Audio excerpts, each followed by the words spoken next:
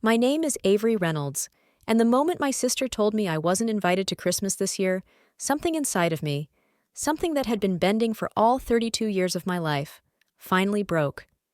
You know that feeling when someone says something to you and the world around you slows down for a second? Not just slows down, but literally stops.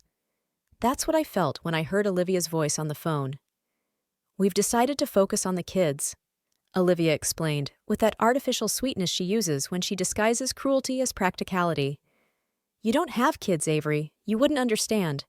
Those 6 words, "you wouldn't understand," overrode years of trying. Years of being an emergency babysitter on call. Years of buying expensive gifts that her children dreamed of. Years of sitting up until 3 in the morning, helping her wrap presents while her husband Ryan snored on the couch. In that moment, I realized the brutal truth. My place at the family table had always been conditional, a courtesy that only lasted as long as they deemed me essential to their idea of what family meant. Wait. I tried to make sense of what I was hearing, jamming the phone between my ear and shoulder as I made myself coffee. "Are you serious?" Shock slowly gave way to righteous anger. Memories of years of inequality flashed through my mind, of thousands spent on Christmas presents for my sister's kids while my birthday was regularly forgotten. Of the countless emergency babysitting calls when my own needs were routinely sidelined. The way my accomplishments at the architecture firm were downplayed while Olivia's parenting challenges were seen as heroic feats, deserving of constant support and recognition. "Look, this isn't personal, Avery." I could hear that familiar note of forced sympathy in her curt tone, a technique she'd perfected over the years, presenting frustrations as reasonable requests. "It's just that you really wouldn't understand, you know? It's different when you have kids." Her words cut through years of my focused efforts to be an involved aunt, despite not having kids of my own. Every school play I went to, every time I took a day off to pick up my nephews from school when Olivia was too busy, every gift, every moment I put their needs before mine. "Are you seriously telling me that because I don't have kids, I don't belong with my own family at Christmas?" I directly challenged her logic, feeling a wave of emotion building up inside. Olivia's defensive response revealed the fragility of her position. "Avery, don't make a big deal out of it. It's only 1 year, and we just want to focus on family." She inadvertently confirmed my worst fear. Family was a category from which I was excluded by definition. I was no longer a part of it. Years of devotion, care, and love for her children didn't matter. In the end, I was just an optional extra. "Enjoy your childhood Christmas," I replied, with a controlled but devastated tone. "I hope it will be exactly what you want it to be." I masked the deep pain under an appearance of calm that shattered the moment I disconnected the call, tossing the phone onto the couch with hands shaking with a mixture of shock, anger, and grief. Have you ever felt the ground go out from under your feet? How one phrase can turn your perception of who you are and your place in other people's lives upside down. I sat in my meticulously designed apartment, a space that reflected my success as an architect, but was suddenly empty without the prospect of family bonding over the holidays. My thoughts darted through memories of the Christmas traditions I helped create, the matching pajamas I bought for the kids every year, the elaborate gingerbread house-building competitions I organized, the Christmas Eve gift-wrapping marathons I shared with Olivia, while her husband Ryan dozed on the couch, claiming to be tired of real parenting. I remember spending 3 weeks last year searching for a rare collectible superhero figurine that my nephew Jaden mentioned in passing. You should have seen his face when he opened the gift. He rushed to hug me with such genuine joy that for a moment all the effort was worth it. And now? Now I was suddenly too detached to understand the real Christmas. The injustice burned through me like acid. I wasn't just excluded from the celebration. My essential contribution to making these holidays special had been erased, discarded as if it had never mattered or existed. Years of generosity have been rendered invisible by the single fact that I have no children. I poured myself a glass of wine and walked over to the window. The city was already starting to decorate for the holidays, garlands, Christmas trees in the windows of neighboring houses. Usually that sight filled me with anticipation, a desire to be with my family sooner. Now, every flickering light bulb seemed like a mockery. When the shock wore off a little, I began to analyze the situation more clearly. This isn't the first call, is it? It was just the first one so loud that I couldn't ignore it. There was that time at Thanksgiving last year when all the family photos were taken without me because it's for the family album. Or when my mom talked about Olivia's real-life challenges, insinuating that my career challenges were not comparable to the real-life challenges of parenting. After a few hours of digesting the conversation, my sadness crystallized into determination.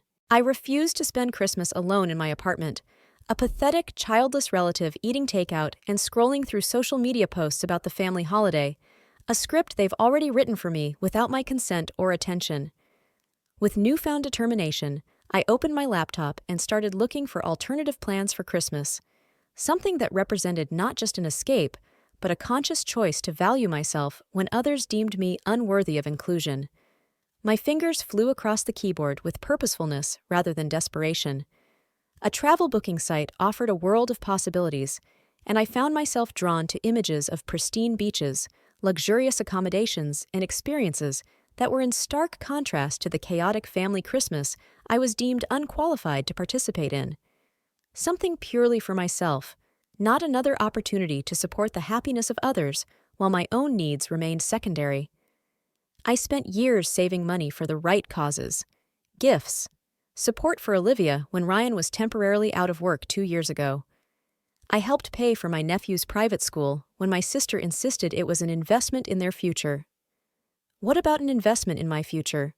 When I discovered the perfect destination, an exclusive 5-star resort in the Caribbean with ocean views, personalized service, and an adults-only policy that suddenly seemed delightfully appropriate, I booked it without hesitation. I upgraded to the best available room, added spa treatments, excursions, and champagne for breakfast because I deserved this investment in my own well-being after years of prioritizing everyone else's comfort. The booking confirmation came with a sound reminiscent of freedom, and for the first time since Olivia's call, I felt something other than pain, a growing sense of liberation, an opportunity to redefine what the holidays meant to me, and the inspiring realization that although my family had rejected me, I didn't have to accept their definition of my worth or place in the world. I closed my laptop and felt a faint smile appear on my face for the first time in a day. This might not be the Christmas I had planned, but it might be exactly the one I needed. You know, the weirdest thing about times like this is how quickly your mind readjusts. Even this morning, I was worrying about buying gifts for my nieces and nephews, going over their wish lists in my head, trying to figure out how to top last year's gifts.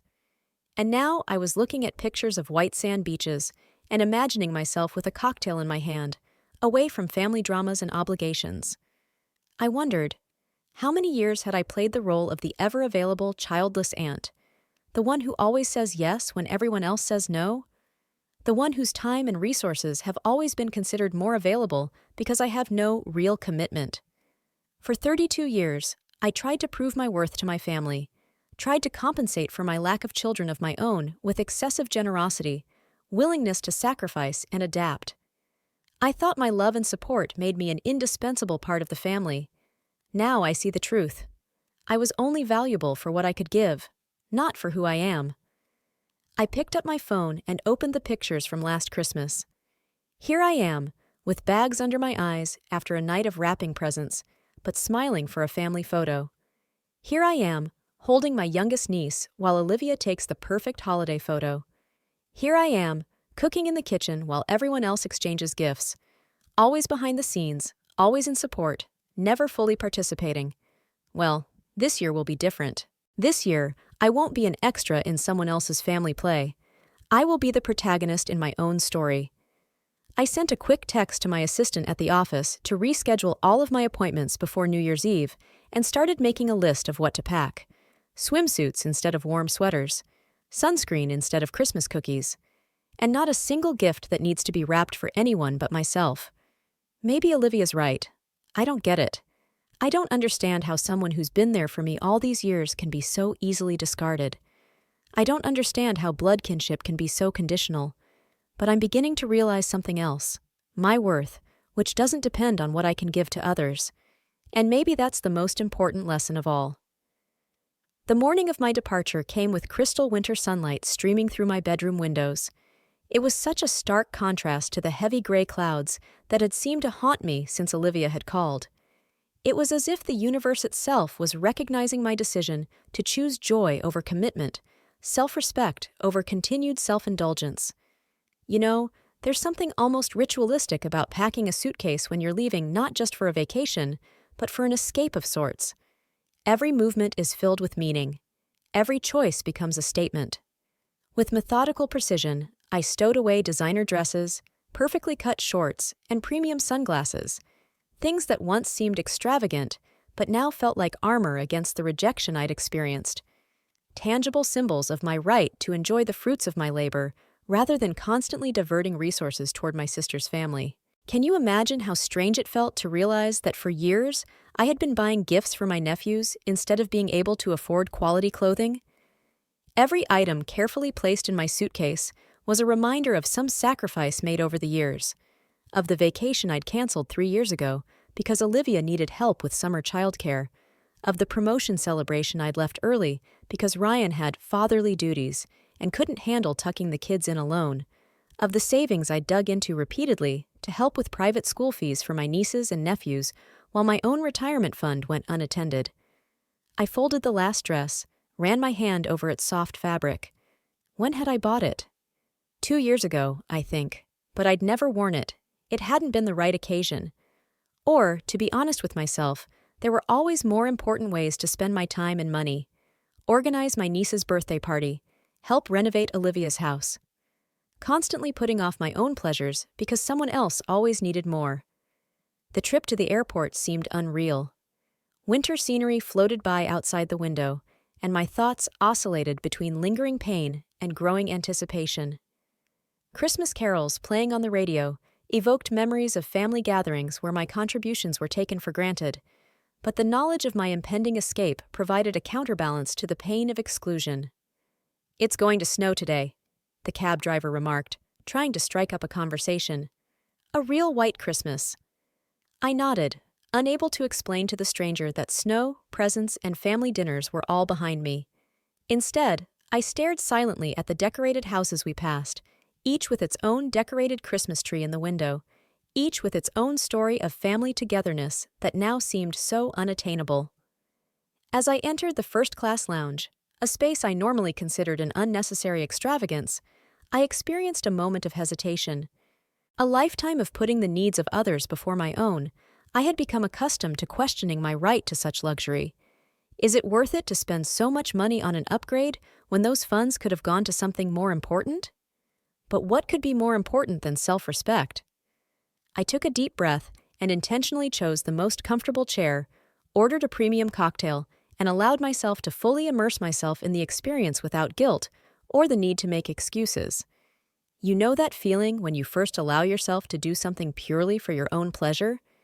It's like when you finally exhale after holding your breath without realizing it. Flying in first class was strikingly different from the economy class seats I usually booked for practical reasons. The attentive service and spacious seats were metaphors for the new boundaries I was setting.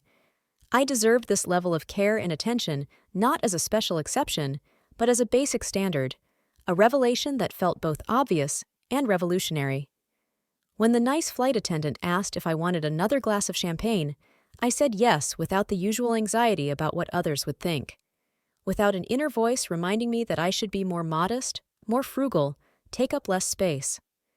For the first time in a long time, I felt that my presence, my desires, my comfort mattered. Not because of anything I did for it, but simply because I exist. Landing in the Caribbean, I was greeted by warm tropical air carrying notes of salt and exotic colors. The abrupt change in environment reflected my inner transformation as I consciously left behind the winter cold of family obligations for the warmth of self-determination and opportunity. As I exited the airport, I immediately felt my mood shift. My shoulders, which I had been involuntarily tensing for the past few days, relaxed. My breathing became deeper. The colors around me seemed brighter, the sounds clearer. It was as if that call from Olivia had set off a chain of events that would eventually lead to my true awakening. When the resort's private driver met me with a sign with my name in elegant lettering, I felt a rush of affirmation of my worth. Here my presence was expected and appreciated, not questioned or rejected. My arrival deserved preparation and recognition without any reservation about my parental status or familial role. "Ms. Reynolds, welcome." The driver smiled as he picked up my luggage. "We are very happy to have you at our resort." Such a simple phrase, but how much it meant. "We are happy to see you." When was the last time someone in my family was genuinely happy to see me rather than what I could do for them?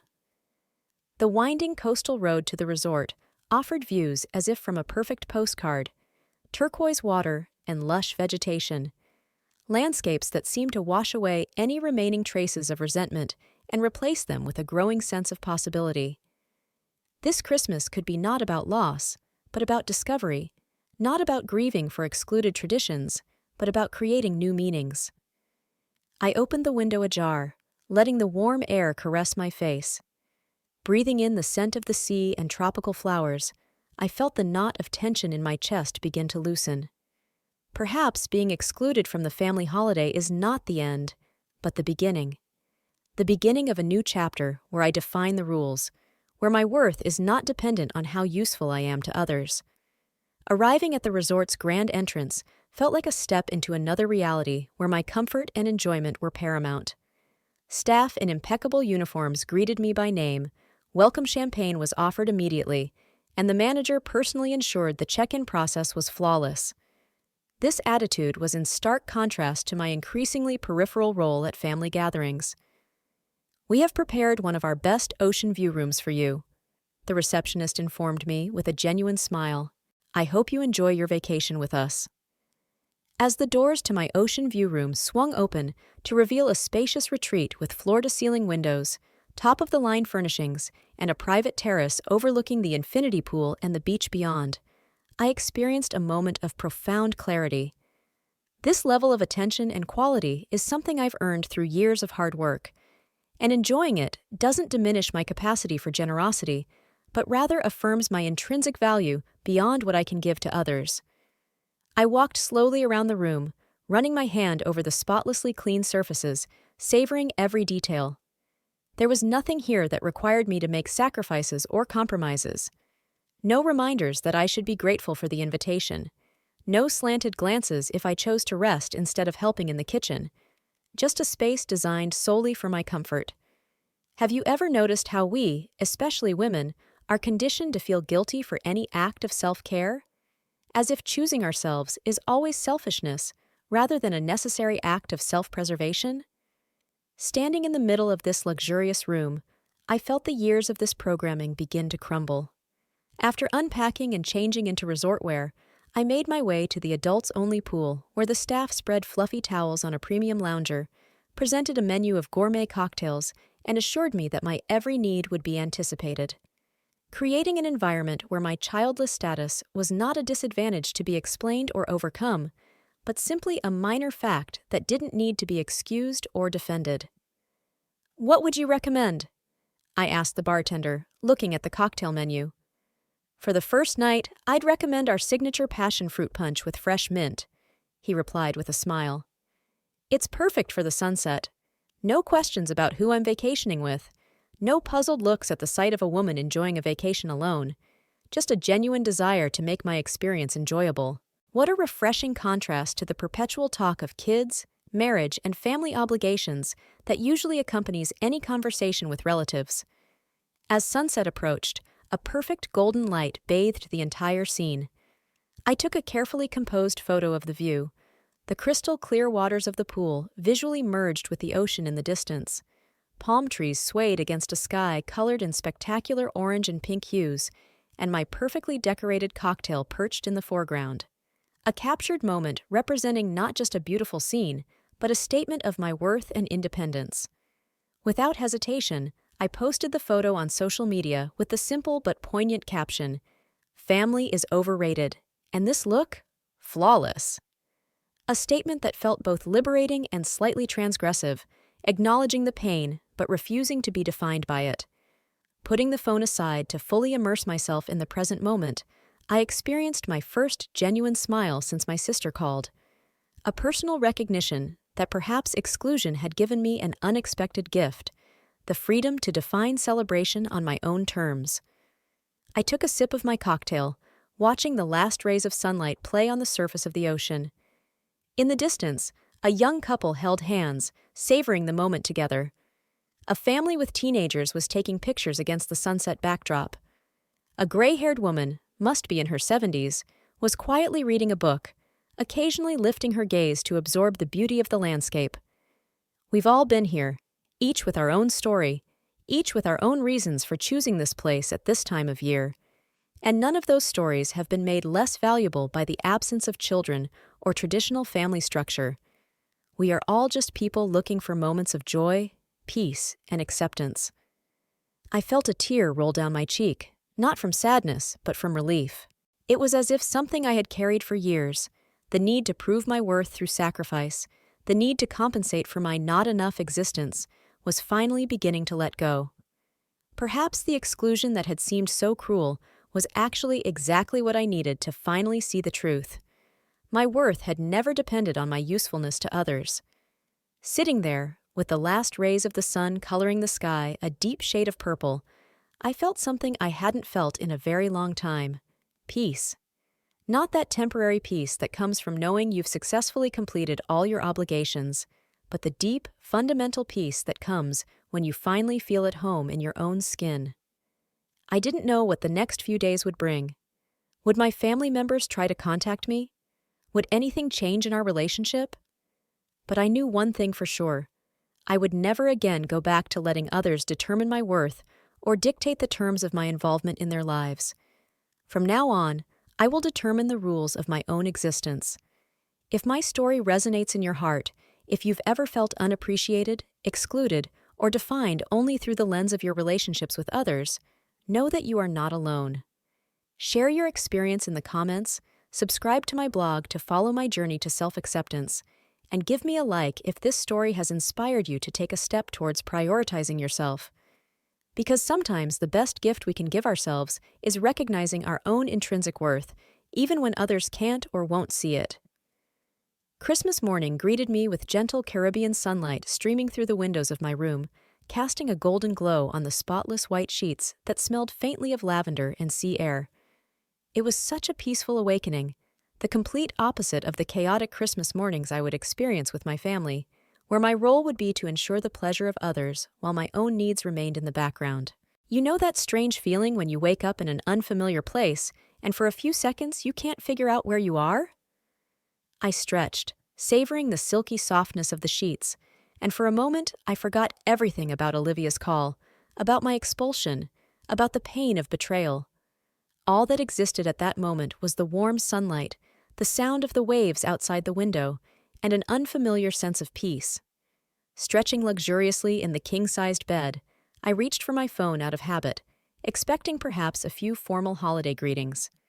Instead, I was met with an avalanche of notifications, missed calls, voicemails, and text messages from family members who had so recently deemed me unnecessary to their celebration. The first was a text from Olivia, sent at 4 a.m. "Mom is very upset, Avery. She feels like you're leaving us. She cries all the time and I don't know what to say to her." Next came a text from Ryan. "You're seriously screwing us over. Everyone is asking where you are, and it's embarrassing that we don't have an answer." And finally, from his mom. "We didn't mean to exclude you, honey. We just didn't think it was a big deal. Come back. We'll find a place for you." As if my absence was a choice I made, not a condition they imposed. You know what the most amazing thing is when you finally detach from a toxic situation? You begin to see with a clarity that used to be clouded by the desire to belong, to be accepted, to be loved. With a clarity sharpened by distance, I recognized the fundamental dishonesty in these messages. They weren't concerned about my well-being or genuinely sorry for my exclusion. They were uncomfortable with the consequences of their decision, especially how my absence was affecting their carefully crafted image of family harmony and their ability to explain the apparent gap in their meeting. I scrolled on, finding more messages, each more insistent than the last. My niece Emma was asking why I hadn't come for Christmas and brought her the gift I'd promised. My mom sent 3 voicemails, each more emotional than the last. My father, who rarely texted, sent a short one. "Your mother is upset. Call her. The realization that my family was more concerned about how my absence made them look than how their rejection made me feel reinforced something in me, a growing certainty that the relationship had always been fundamentally unbalanced, with my needs consistently subordinated to their convenience and comfort.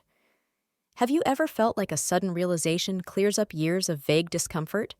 Like you've always known something was wrong, but couldn't pinpoint it until one day it becomes crystal clear? That's exactly what I experienced while reading these posts. Placing my phone screen down on my bedside table, I deliberately ignored the continued vibrations of incoming messages and instead turned my attention to the room service menu. I chose to invest my energy in my own experience rather than manage my family's emotional reactions to the situation they had created, a small but meaningful act of self-preservation. I ordered breakfast on my private terrace, fresh tropical fruit, perfectly cooked eggs, and excellent coffee served by an attentive waiter who treated my single status as perfectly normal, not something to be pitied. "First time celebrating Christmas in the tropics?" he asked with a friendly smile, setting out the plates. "Yes," I replied, smiling back. "And you know what? I already like this new tradition." After breakfast, I went over my schedule for the day. A morning massage at the beach spa pavilion, followed by a guided snorkeling excursion and a dinner reservation at the resort's famous seaside restaurant. Activities chosen solely based on my preferences, without having to compromise or consider the limitations of others. During the massage, I could feel the layers of tension I didn't realize I had accumulated slowly dissolve under the skilled hands of the massage therapist. Every knot, every tension was a physical manifestation of years spent trying to be who others wanted me to be, not who I really was. As the day transitioned into the afternoon, I swam in crystal clear waters among colorful coral formations and tropical fish. In that moment, I experienced a profound sense of presence, completely immersed in the beauty around me, with a relaxed body and a clear mind, free of the anxiety that usually accompanies family gatherings where my worth is constantly being judged by changing standards that I can never quite live up to. There is something almost meditative about observing underwater life. The constant movement, the vibrant colors, the feeling that you are a guest in a completely different world. None of these creatures questioned my worth. None of the fish considered me less important because of my lack of offspring. In this realm, I was just another creature, no more, no less. The constant notifications on my phone eventually caught my curiosity, and when I checked them after my excursion, one message stood out among the show of concern and guilt-inducing requests. It was a long message from Olivia that finally revealed the truth about my expulsion. "Look, Avery, I know you're mad, and I understand why, but I really think you're exaggerating this whole situation. It's not just about the kids, okay? Ryan and I talked, and we both agreed that sometimes it's just not fair. We're the ones raising the kids, dealing with all the stress, the financial strain, the endless responsibilities, and you, well, you just don't contribute to the family in the same way. You don't understand what it's like to be a parent, to have real responsibilities, and honestly, it just seems like you have it so much easier than we do. You go on vacations, you have extra money, you don't have to think about anyone but yourself, and it just doesn't seem right that we're doing all the work while you're just floating through life." The message hit me like a physical blow, not because it was particularly shocking, but because it confirmed what I had long suspected but never wanted to believe. My exclusion had nothing to do with creating a child's Christmas. It was revenge for my supposed freedom and success, punishment for choices I had made that were different from theirs, an attempt to make me compensate for their dissatisfaction with my own decisions. Do you see it now? It was never about the fact that I couldn't understand family Christmas.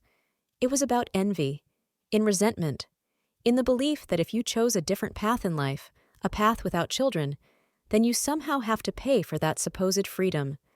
Needing perspective from someone outside the immediate situation, I called my Aunt Patricia, my mother's sister, who had always been straightforward with me. Her confirmation was both affirming and painful. "Honey, I hate to say it, but yes, I knew." Her voice sounded tired, as if she'd been waiting for this call for years. "I've known for a long time that Olivia and Ryan have feelings about how your life turned out compared to theirs. It's unfair and wrong, but they've always felt that because they have kids and you don't, they somehow carry a heavier burden, and they think that means you should do more to balance the scales. But that's absurd, I objected, feeling my throat constrict from unshed tears. They made their choice. I made mine. Why does my choice somehow make me owe them? Because people often blame others for their own dissatisfaction. Aunt Patricia sighed. It's easier to think you're having a hard time because of life's unfairness than it is to admit that you're just not as happy with your choices as you'd hoped. With this confirmation of the underlying dynamic, something forever changed in my understanding of family relationships. The problem was never my inability to understand family traditions or child-centered holidays. It was my refusal to be punished for choosing a different life path, my unwillingness to accept that my value as a family member depended on compensating others for their own life decisions. As Christmas Day drew to a close, I received one last message from my mother. "Come over for dinner tomorrow. We need to talk." Not an apology, but an invitation that suggested my family may have begun to realize the consequences of their actions, although the lack of any acknowledgement of wrongdoing or expression of sincere remorse made me wonder. I stared at the phone screen, pondering my response. Part of me wanted to decline the invitation, to continue my drama-free and manipulative vacation. But the other part, the stronger part, knew I needed to go back, not for them, but for me. After careful consideration, I decided to accept the invitation, not because I was ready to forgive or eager to reclaim my former role in the family, but because I wanted the opportunity to clearly articulate my boundaries, to speak my truth without the filter of shock or acute pain that had rendered me speechless during Olivia's initial call. I sent a short reply. "Okay, I'll be there." 3 words, but there was so much unspoken behind them. It wasn't a surrender. It was a declaration of intent. That night, as I prepared for bed in my luxurious suite, I realized that my decision to attend a family dinner was not about seeking reconciliation, but about closing the chapter with intention and dignity. I would return not as a malleable, unnoticed sister desperate for inclusion, but as someone who knew her worth and was no longer willing to accept conditional love or respect based on criteria I could never meet. I leaned back on my pillows, looking out at the moonlight dancing on the waves outside my window. Tomorrow, I would confront my family not as a victim, but as a woman who had finally realized her own worth. A woman who will no longer allow others to define her worth through the lens of their own expectations or disappointments. This realization brought a strange calm. Perhaps this was the moment I had been waiting for my entire life, the moment when I would finally be brave enough to stand up for myself, demand the respect I deserved, and refuse to accept less. With that thought, I closed my eyes, preparing for the next day not with anxiety, but with firm resolve. No matter what happens at this dinner, I will no longer be the Avery who was so desperate to earn a seat at the family table. I will be the Avery who knows she deserves that seat simply because she exists and will accept nothing less. Have you ever found yourself in a situation where you realized you could no longer continue to play the role that was thrust upon you? When you realized that you were worthy of more than the conditional love you were being offered? It's a scary moment, isn't it? But it's also liberating. Because once you realize your own worth, no one can take it away from you again. The morning after Christmas came faster than I expected. Lying in my luxurious hotel bed, I realized that today was the day I would finally say everything that had been building up inside of me for years. The clock showed 9 in the morning, and at 12, I was to board a plane back to the cold winter reality. By 6 p.m., I would be sitting at the table with the family that had so easily cut me out of their holiday plans. I paid special attention to my appearance before the family dinner. In my suitcase, I had a perfectly cut designer dress in a deep navy blue color. I had purchased it months ago on sale, but kept putting off the right occasion. Now it seemed like the perfect choice. Not mournful black, but not festively bright either. This dress exuded understated confidence instead of the apologetic demeanor my family might have expected. It was the physical embodiment of my inner transformation from family peacemaker to confident individual with clear boundaries.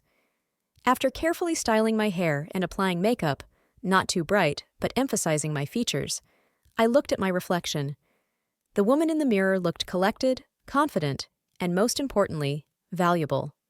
Worthy of respect simply because she exists, not because of what she has to offer others. The drive to my parents' house felt like a journey not only across physical distance, but also across emotional territory. Each mile brought me closer to a confrontation that had been brewing for years beneath superficial politeness and unspoken grievances. It was a conversation long overdue, but necessary for my continued well-being. You know that feeling when you're on your way to a meeting that could potentially change the entire dynamic of your relationship with loved ones? Your heart beats a little faster. Your thoughts keep coming back to what you want to say, what they might respond to. You rehearse words that have gone unspoken for years. That's exactly how I felt as my rental car traversed the familiar streets leading to the house where I grew up. Pulling into the familiar driveway in my sleek rental car, I took a moment to center myself before entering. I realized that my family would probably try to control the narrative by portraying me as either the villain who abandoned them or the prodigal daughter returning to the bosom of the family. Neither of these roles accurately reflected my path or current position. I took a deep breath, exhaled, and got out of the car. Each step to the front door was a conscious choice. I am no longer the Avery who desperately seeks approval. I'm a woman who knows her worth and is willing to stand up for her dignity. When I stepped over the threshold of the front door, the immediate reaction was telling. My mother ahed and rushed to hug me with over-emotionality, while Olivia and Ryan stood tensely in the background. Their facial expressions betrayed concern rather than genuine greeting anxiety about what I might say, rather than relief at my presence. "Avery, honey, you made it!" Mom exclaimed, squeezing me in her arms too tightly for too long. "We've been so worried." I gently pulled away, keeping a calm expression on my face. "Hello, Mom." I nodded to the others. Olivia, Ryan. The familiar smells of roast turkey and cinnamon that had once epitomized comfort now felt like elements of a performance in which I was expected to fulfill an assigned role without question in the script. A masquerade in which I could no longer participate with authenticity or self-respect. My father attempted to normalize the situation with a gruff, "Let's eat," as if the fundamental breach of family trust was a minor disagreement that could be resolved through the ritual of eating together. A strategy that might have worked in the past, but now seemed insufficient to address the depth of what had happened. The tension at the dinner table was palpable. Cutlery clinked against china. Glasses were placed with a little more force than necessary. The weight of unspoken words pressed into the room like an invisible presence, filling every corner with the discomfort of authenticity, trying to break through years of ostensible harmony. Predictably, Ryan was the first to break the tense silence. His tone oozed a forced casualness that masked an obvious condescension. "So, Avery, how was your little solo trip? It must have been lonely spending Christmas alone in some posh hotel." It was a transparent attempt to belittle my experience and reframe my inspiring choice as something pathetic or regrettable. Typical Ryan, the master of passive-aggressive comments disguised as small talk. With newfound confidence, I responded with calm directness, not defensiveness. Not at all. In fact, it was the best holiday of my life. First-class flights, champagne for breakfast, ocean views, massages every morning, absolute peace. I honestly can't believe I didn't do it sooner. My words hit exactly the right target, challenging the narrative that loneliness equals loneliness and family commitments are the only path to meaningful celebration. I saw Ryan flinch slightly. He hadn't expected me not to fall for his manipulation. Olivia's response, "It must be nice to have money to spend on things like that," ignited the confrontation I'd been preparing for. The word "spend" crystallized years of my family's fundamental misunderstanding of my contribution and the double standard that has always existed between what I give and what they expect. I felt something inside me snap, not in anger, but in clarity. A moment when I could no longer, and would no longer, hold back the truth that had gone unspoken for so long. With a deliberate calm that made my words even more powerful, I articulated years of unrecognized sacrifice. "You think I spent the money on myself?" "That's funny, Olivia, because I don't remember you or Ryan ever considering it a waste when I spent thousands of dollars every year on your children's birthdays, Christmas, babysitting, emergencies, expensive gifts, paying for things you couldn't afford because you needed help. I put this family above me for years, and not once did any of you say, 'Maybe Avery shouldn't have to do all this on her own,' But now that I'm finally doing something for myself, suddenly it's a waste. The silence that followed was profound. Not just the absence of sound, but the vacuum created by the truth finally spoken aloud.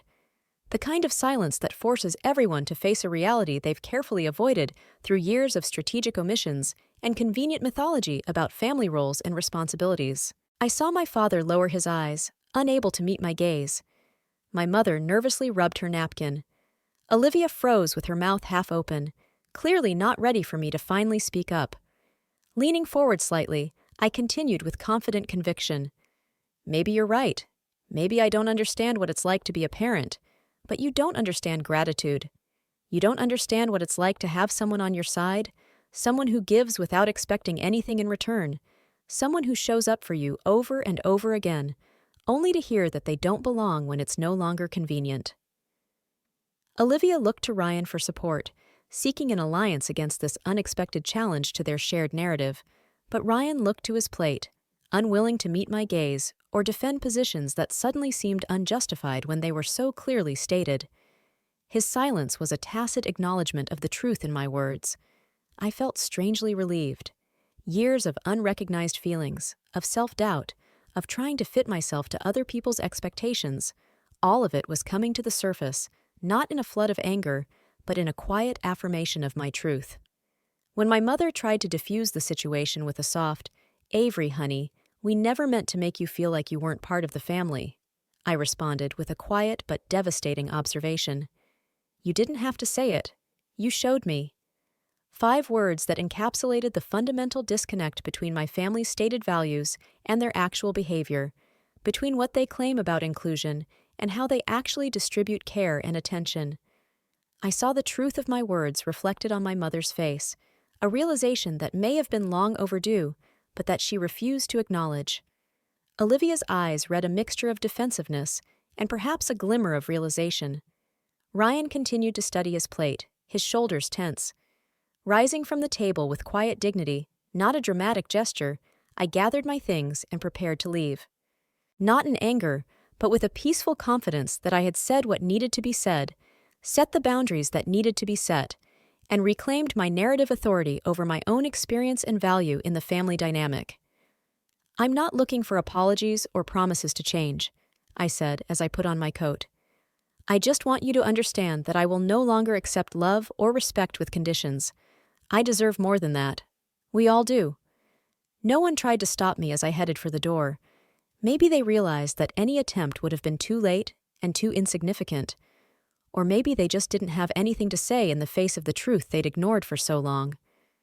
As I walked to my car, my phone vibrated with a predictable text from Ryan. "You're being dramatic. You always make everything about you."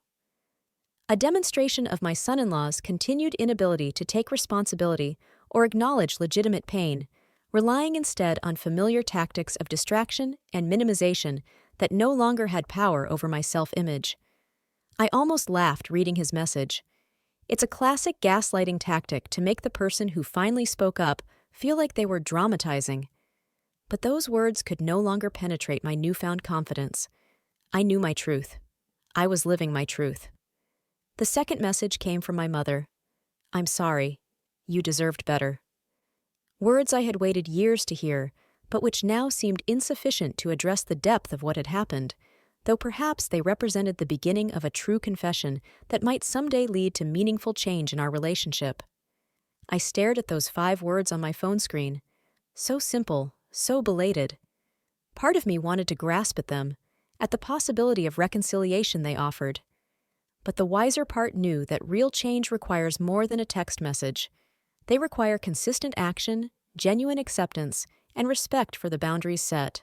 As I left my parents' home, without looking back, I experienced not sadness, but a deep sense of liberation.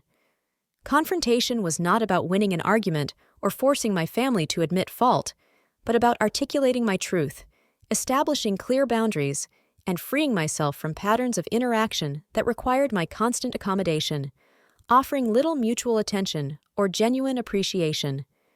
The wind fluttered my hair through the ajar window of the car, and the setting sun colored the sky in shades of pink and gold.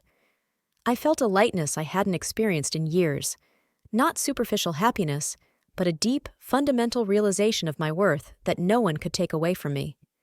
I didn't know what the future held for my family relationships, whether they would evolve toward a healthier dynamic, or whether this moment of truth would be the beginning of a gradual drifting away.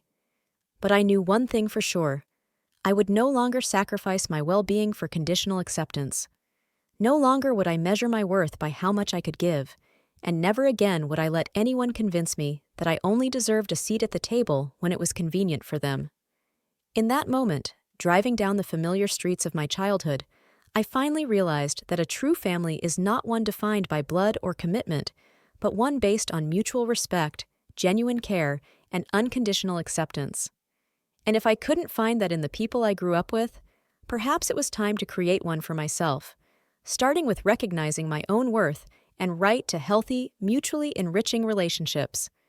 Back in my hotel room after my confrontation with my family, the first thing I did was remove my formal dress. Every movement, unzipping, removing my earrings, wiping off my makeup, felt like an act of liberation. I pulled on soft resort pants and a t-shirt, the physical transformation mirroring my emotional transition, from a person constrained by the expectations of others to an individual living authentically on her own terms. The weight of having to conform was finally lifted from my shoulders. You know that feeling when, after a long day of formality and tension, you can finally be yourself? It's not just comfort, it's coming home to yourself. I poured myself a generous portion of premium whiskey from the bottle I had ordered earlier and stepped out onto my private balcony. The night sky stretched endlessly above me, stars scattered like possibilities in the darkness.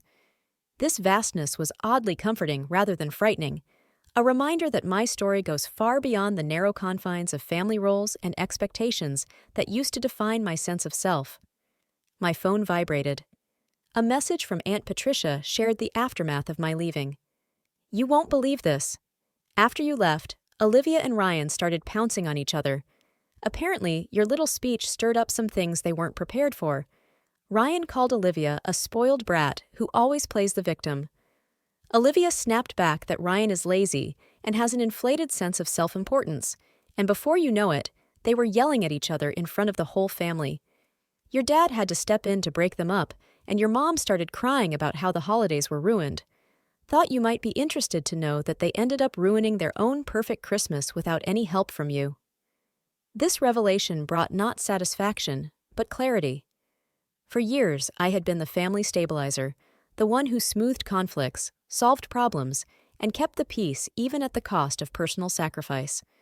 My absence finally exposed the dysfunction that had always existed beneath the surface of family gatherings, where my contributions were both necessary and invisible. Have you ever realized that you serve as an emotional buffer in a relationship? That your presence is not so much appreciated as used as a tool to maintain a delicate balance? This realization can be bittersweet, but it can also be liberating. The next morning brought another message from my mother. "Please call me when you can."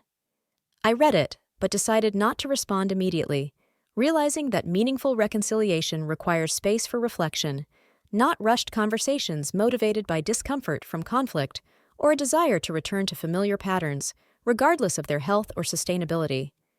Instead, I ordered a sumptuous room service breakfast, fresh tropical fruit, warm pastries, and excellent coffee. I savored every bite with conscious gratitude. This small but meaningful act of self-care represented my commitment to valuing my own experiences rather than constantly subordinating my needs to the expectations of others or their convenience. Sunlight streamed through the windows, and I watched the waves crash against the shore. For the first time in a long time, I wasn't thinking about what I should be doing for others, lists of gifts to buy, or schedules to coordinate. I was just here, in the present moment, with my thoughts and feelings that needed no justification. After breakfast, I booked a holistic spa treatment, a massage, facial, and grooming session. These investments in my well-being would have previously evoked feelings of guilt about being selfish or extravagant, but now felt like a fitting recognition of my worth, necessary components of a balanced life, rather than excesses requiring justification or apology. You know what's weird? How deeply we, especially women, internalize the idea that self-care is something to apologize for, that our needs should always be secondary. that our worth is measured by what we can give to others, not who we are in ourselves. As the masseuse worked on the knots of tension in my shoulders, I felt tears come to my eyes. Not from the pain, but from the realization of how long I had held this weight. The weight of unrecognized sacrifice, of invisible labor, of the constant need to prove my worth. In the evening, I walked along the pristine beach, watching the sunset turn the sky into a canvas of gold, amber, and crimson. It was then that I realized a profound truth that had been gradually revealed throughout this journey.